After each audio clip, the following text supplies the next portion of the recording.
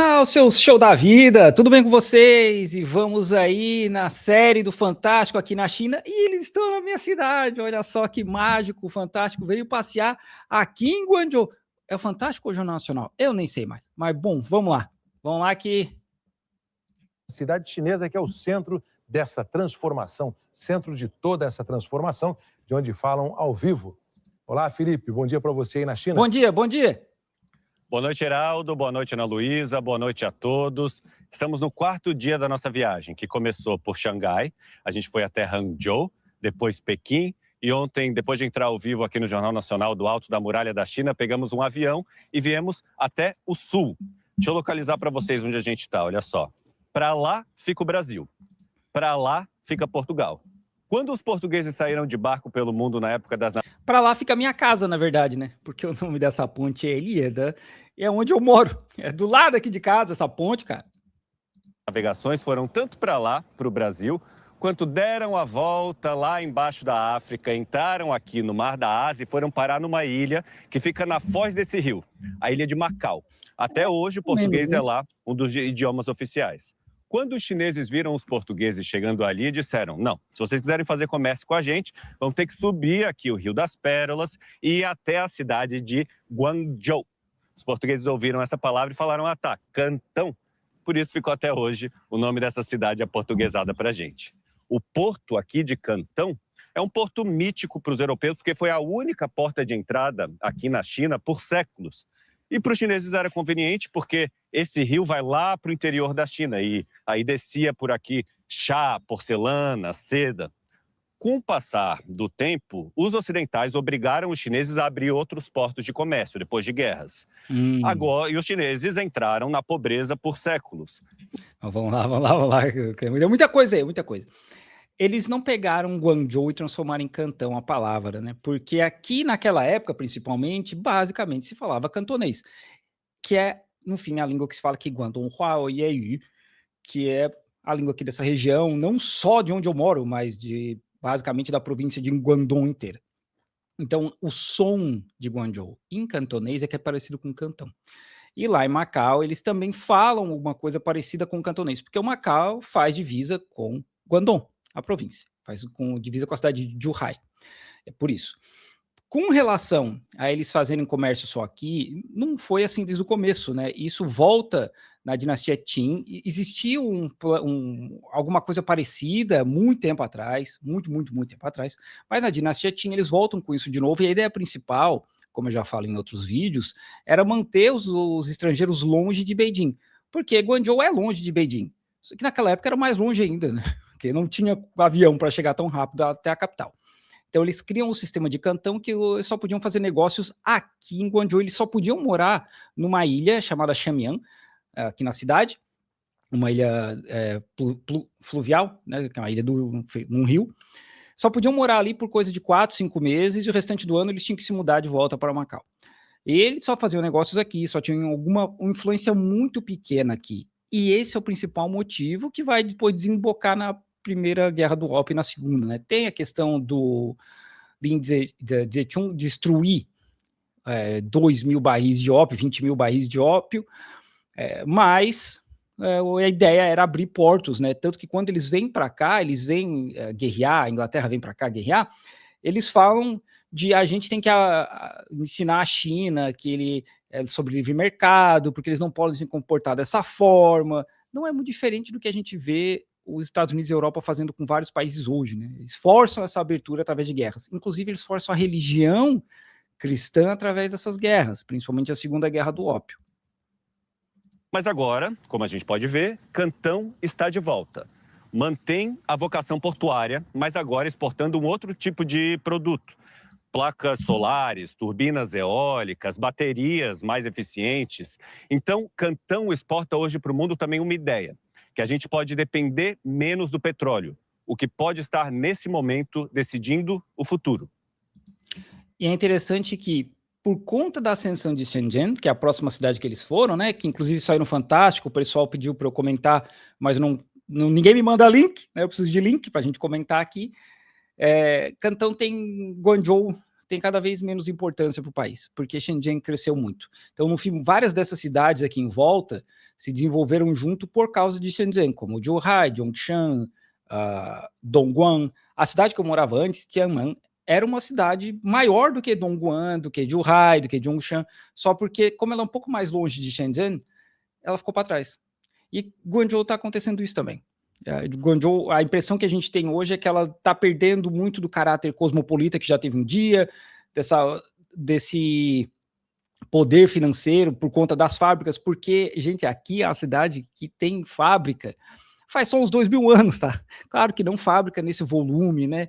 Nessa produção absurda, mas eles vendem e comercializam com o resto do mundo há uns 2.000 anos. Tem uma mesquita aqui em Guangzhou de 1.300 anos, porque Guangzhou fazia parte da rota da seda marítima. Então, assim, sempre foi extremamente importante para a China, sempre foi uma das áreas mais ricas da China. E hoje Guangzhou está sendo eclipsada um pouco aí por causa de Shenzhen.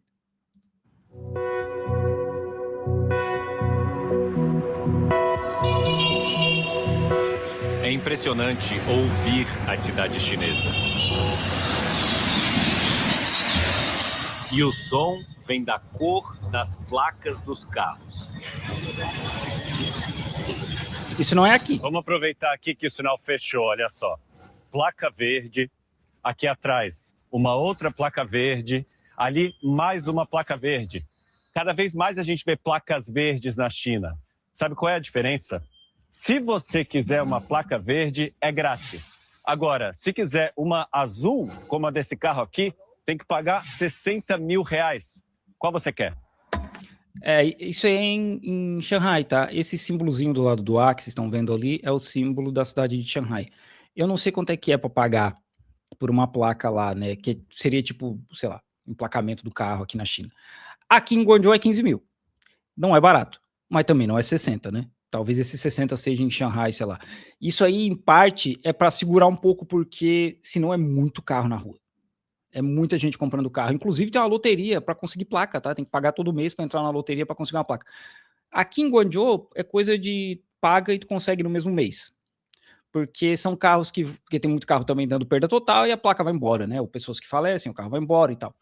E aí, eles vão renovando essas placas e outras pessoas vão conseguindo placas. Óbvio, né, com a população diminuindo, a tendência no futuro é que isso aí acabe, porque vai ter menos carros nas ruas, né?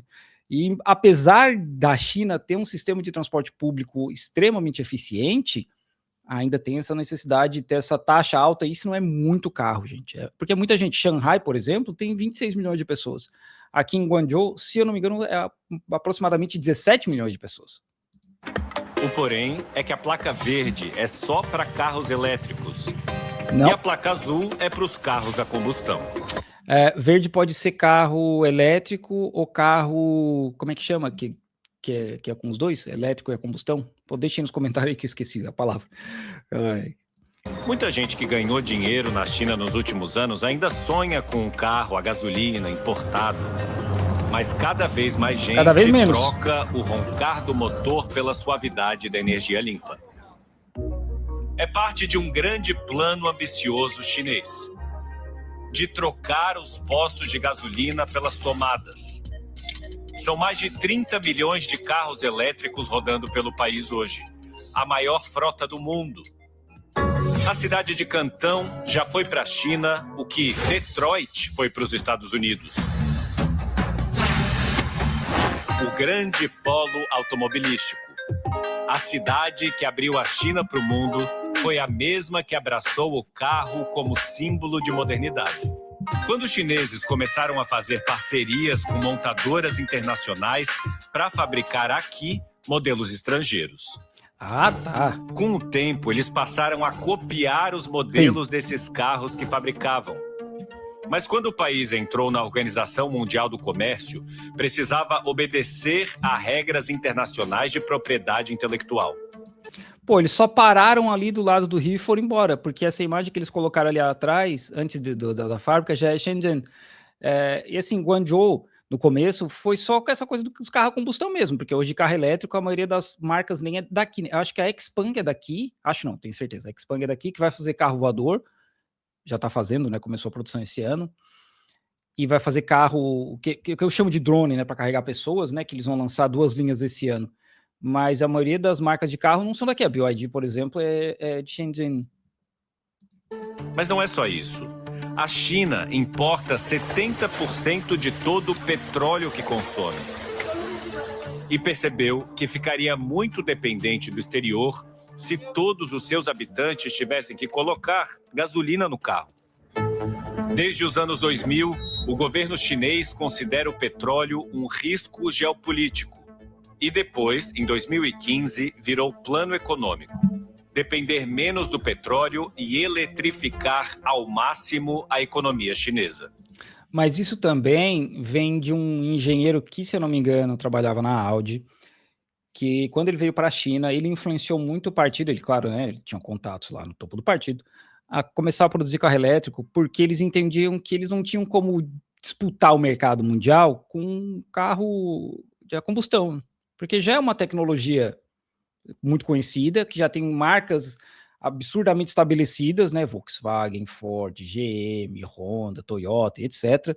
E assim, é uma concorrência muito apertada para eles conseguirem entrar nesse mercado. Então, eles pulam essa fase, não que não tenha carro a combustão na China, porque tem bastante, mas começam a investir pesado em carros elétricos. Isso vem, em parte, com a Tesla. Porque quando a Tesla se estabeleceu aqui, o Elon Musk, o pessoal dele lá, falou, a gente não quer um sócio chinês, que de modo geral, essas empresas grandes, elas têm que ter uma joint venture, que tem que ter um sócio chinês. Aí a China falou, não tem problema, mas todos os fornecedores terão que ser chineses. E aí o que aconteceu? A Tesla teve que desenvolver uma malha absurda de fornecedor chinês, depois era só montar outros carros com esses mesmos fornecedores, porque eles não são exclusivos da Tesla. Ou o pessoal dessas empresas saiu e montou outras empresas que começaram a construir carro elétrico. E isso ajudou a China a alavancar essa produção de carro elétrico interno. A China, a Tesla, a maior fábrica deles é em Shanghai, que é a Gigafactory lá, que produz sei lá quantos milhões de carros por ano, mas hoje a China tem 100 marcas de carro elétrico espalhadas pelo país. É como se eles estivessem prevendo o futuro. Em janeiro desse ano, os Estados Unidos atacaram a Venezuela e prenderam Nicolás Maduro, que exportava petróleo para a China. Menos de 2 meses depois, com Israel, bombardearam o Irã, que também exporta petróleo para a China. Com o Estreito de Hormuz fechado, países como Sri Lanka e Mianmar têm que fazer racionamento de combustível. As Filipinas instituíram semanas de trabalho de 4 dias no serviço público para economizar gasolina. Bangladesh fechou as universidades para conservar energia para a casa das pessoas. O preço das... Tudo isso porque um velho genocida e um velho pedófilo resolveram atacar o Irã. Tudo isso por conta desses dois velhos.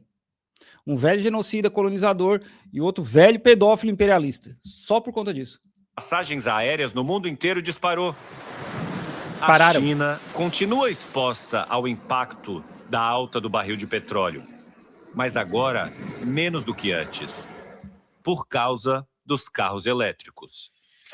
Mas também pelo desenvolvimento de placas solares, turbinas eólicas e na produção de baterias que duram mais e são mais eficientes. E para vocês terem uma ideia de como é que está aqui agora, tem empresas vendendo banco de bateria dentro de container. Essas baterias de carro, né? Bateria da Tesla, por exemplo, que é a empresa chinesa que faz, a CATL. E aí empresas compram esses bancos de bateria, carregam esses bancos à noite e usam essa energia durante o dia, porque à noite aqui também a energia é mais barata. Tem fábricas fazendo isso já. Carrega com energia solar, que é muito mais barata, e depois durante o dia usa esses bancos de bateria. Fora o pessoal que já tem bateria em casa para carregar carro no mesmo processo, né? Carrega a bateria à noite, e aí depois carrega o carro quando o carro chega em casa, sabe? A avaliação das 3 maiores empresas de baterias elétricas do país subiu 20% com a guerra. E com as tecnologias mais baratas, o mundo corre atrás de comprá-las, para se proteger da dominância histórica do petróleo. Por exemplo, o Paquistão gerava apenas 3% de sua energia de placas solares em 2020. Agora já... Essas placas solar sujas ali não vão gerar nada, né? Tem que lavar, gente. Tem que lavar a placa solar. Placa solar suja, cai muita geração de energia. Eu trabalhava na fábrica de máquina de lavar roupa, para quem não sabe, né? Eu sou o Felipe Durante, sempre esqueço de me apresentar. Eu era diretor de uma multinacional aqui na China e a gente cobriu a fábrica e todo o terreno com placa de energia solar. E no começo era para a empresa fornecedora das placas limpar a cada 2 meses, só que tinha muita poeira, por conta de caminhões que circulavam ali, e aí tinha umas estradas de chão e tal. A gente teve que colocar todo mês, lavar todo mês, porque a geração de energia é muito afetada pela sujeira. E como a gente colocou em telhado, não tinha como colocar lá um robô para limpar, né? Porque tem já vários equipamentos que lavam as placas automaticamente. Então tem que ir alguém lá e lavar manualmente uma vez por mês, porque senão a queda é muito grande. Então 30%. Além de ser um guarda-chuva geopolítico, o plano chinês de eletrificação pega bem para o resto do mundo. Imagina que um dia você poderia acordar e ver o céu de Cantão assim. Agora, eles resolveram o problema da poluição. Ou quase. Mais ou Porque menos. mandaram as usinas de carvão para longe das cidades. A queima do carvão Claro, ainda é claro. a principal fonte de toda essa energia elétrica. Não só as usinas de carvão, mas as fábricas também, né? As fábricas começaram a se espalhar mais pelo país, até por conta do preço da mão de obra, que no interior é mais barato, mas porque também a China começou a implementar cada vez mais legislação ambiental. Como eu falei, eu era diretor de engenharia dessa multinacional e todo ano a gente tinha que acompanhar as alterações ou nova legislação ambiental. Inclusive, a gente pagava uma empresa só para acompanhar para a gente, porque era muita mudança. Não tinha como a gente ali, né, fazer isso. Né? Então, tinha uma empresa que só monitorava isso e depois passava, ó, vocês têm que alterar isso, tem que alterar aquilo. Sistema de filtragem, sistema de reciclagem de óleo, sistema de controle de água, porque a gente usa... né? A fábrica lá usava água para lavar as máquinas de lavar, depois que as máquinas eram pintadas, então essa água tinha que passar por um processo de reciclagem para depois ser descartada. Então, é absurdo, assim, ó, o que vem crescendo, né? E tudo isso, claro, influencia na poluição, que hoje é muito, muito menor do que quando eu mudei para cá em 2016. E continua aumentando, mas a China quer hoje se apresentar como o eletroestado. Em comparação aos Estados Unidos, que se firmam como o grande petroestado. Mas o verde que queremos ver não é só por fora. A China ainda é a maior emissora de gases do efeito estufa no mundo todo. São esses gases que fazem o planeta ficar mais quente e causam as mudanças climáticas. Mas é importante, né, Globo, a gente dá o contexto. É muito bonito, muito fácil os Estados Unidos, a Europa, mandarem as fábricas para cá, e aí a poluição vem para cá, e depois falar que eles não produzem CO2. O CO2 deles está sendo produzido aqui. Porque as fábricas estão produzindo aqui, e depois vai ser consumido lá. E não só lá, né? Não só na China, mas Bangladesh, na Índia, no Vietnã. Então é muito cômodo para eles falarem esse tipo de coisa. A China polui muito hoje. Mas como o CO2 não sai da atmosfera assim do nada, não desaparece do nada, se a gente for pegar as emissões cumulativas, os Estados Unidos e a Europa estão muito à frente da China, mas muito à frente. E, de novo, o ponto mais importante é as fábricas desses países estão aqui, a produção desses países está aqui. É óbvio que a poluição aqui vai ser maior, né? É muito fácil para eles falarem, é porque a China tem que fazer alguma coisa a respeito da poluição. Faz o seguinte, pega as fábricas e leva de volta para o país de vocês. Aí a gente vai ver como é que fica a questão da poluição. Né? Alguém já deve ter feito algum cálculo nesse sentido, de que se a gente fosse equiparar, baseado na quantidade de produtos que esses países consomem da China, como é que ficaria a questão da poluição se esses produtos fossem fabricados lá, na Europa, nos Estados Unidos, na Austrália? Mais de 60% da energia gerada no país vem de combustíveis fósseis, mas está caindo, que impulsionam esse processo, como o carvão e o petróleo. Ainda há um longo caminho a ser seguido se a proposta for não só estar mais protegido das ações de Donald Trump, mas também garantir um futuro melhor para a humanidade. Para isso, o trabalho continua em Cantão, como motor da transição energética e polo de exportação na foz do Rio das Pérolas.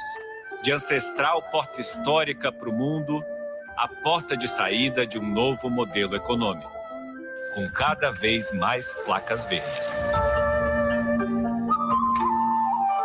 Podia ter filmado os carros de placa verde aqui, né? Isso aí, de novo, isso aí é Shanghai. Eles só pararam ali na beira do rio, gravaram e sentaram o pé para Shenzhen, eu acho, né? Pô, podia ter parado aqui, tomar um café comigo, né? A gente conversar, gravar, explicar, contar um pouco da história de Guangzhou.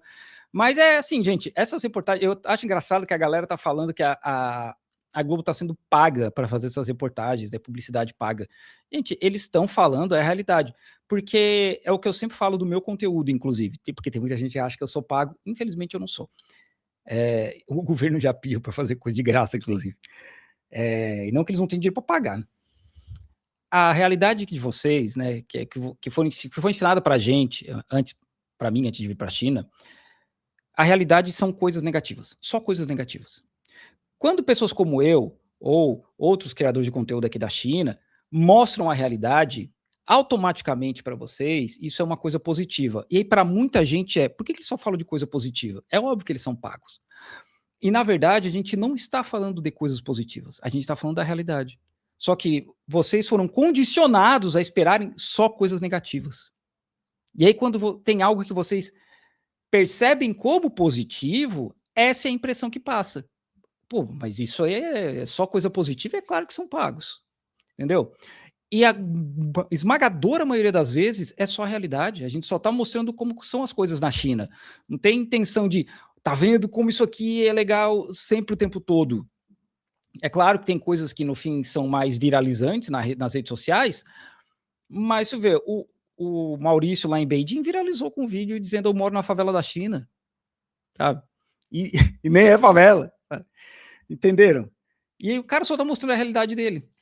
E é o que eu faço a maioria das vezes, é o que a maioria da gente faz aqui, né, do pessoal que faz, é mostrar a realidade. Só que, de novo, vocês foram condicionados a esperar coisas negativas, e aí tem algo que parece positivo, obviamente a gente é pago. Gostaria de ser pago, né, inclusive de outras formas, não necessariamente com dinheiro, mas não sou. Né, eu sempre falo que se eu estivesse nos Estados Unidos, tá? Se eu estivesse nos Estados Unidos fazendo conteúdo contra a China, eu já estaria estudando numa universidade top dos Estados Unidos, já teria um salário, já teria uma estrutura do governo, porque os Estados Unidos têm esses programas há muito tempo. Eles fazem eventos com criadores de conteúdo, com jornalistas, com professores de universidades. O governo dos Estados Unidos é muito organizado para isso. A China não faz isso. A China está muito atrás. Eles têm alguma coisa com criador de conteúdo em inglês, principalmente, mas é meia dúzia de pessoas. Sabe o Speed quando veio para cá? Não foi pago pelo governo. Ele veio para cá, aí descobriram que ele estava aqui, e aí o governo, pô, beleza, você quer... As cidades começaram a convidar, você quer vir para tal cidade, você quer vir para cá... E é isso aí, isso. O governo não pagou nada para ele, nada. Eu sei disso por conta dos meus contatos no governo.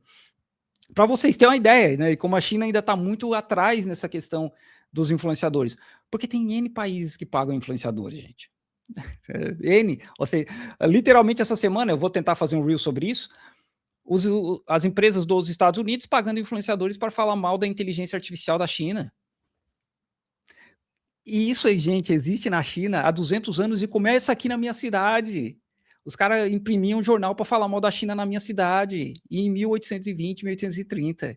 Então não é novidade, tá? Então é isso. Tá aí mais um vídeo do Jornal Nacional. Se alguém achar o vídeo do Fantástico, me mande, para a gente poder comentar aqui, né? Porque senão eu não consigo achar. Eu procurei, não consegui achar. Então, se alguém tiver o link, manda para nós aí, beleza?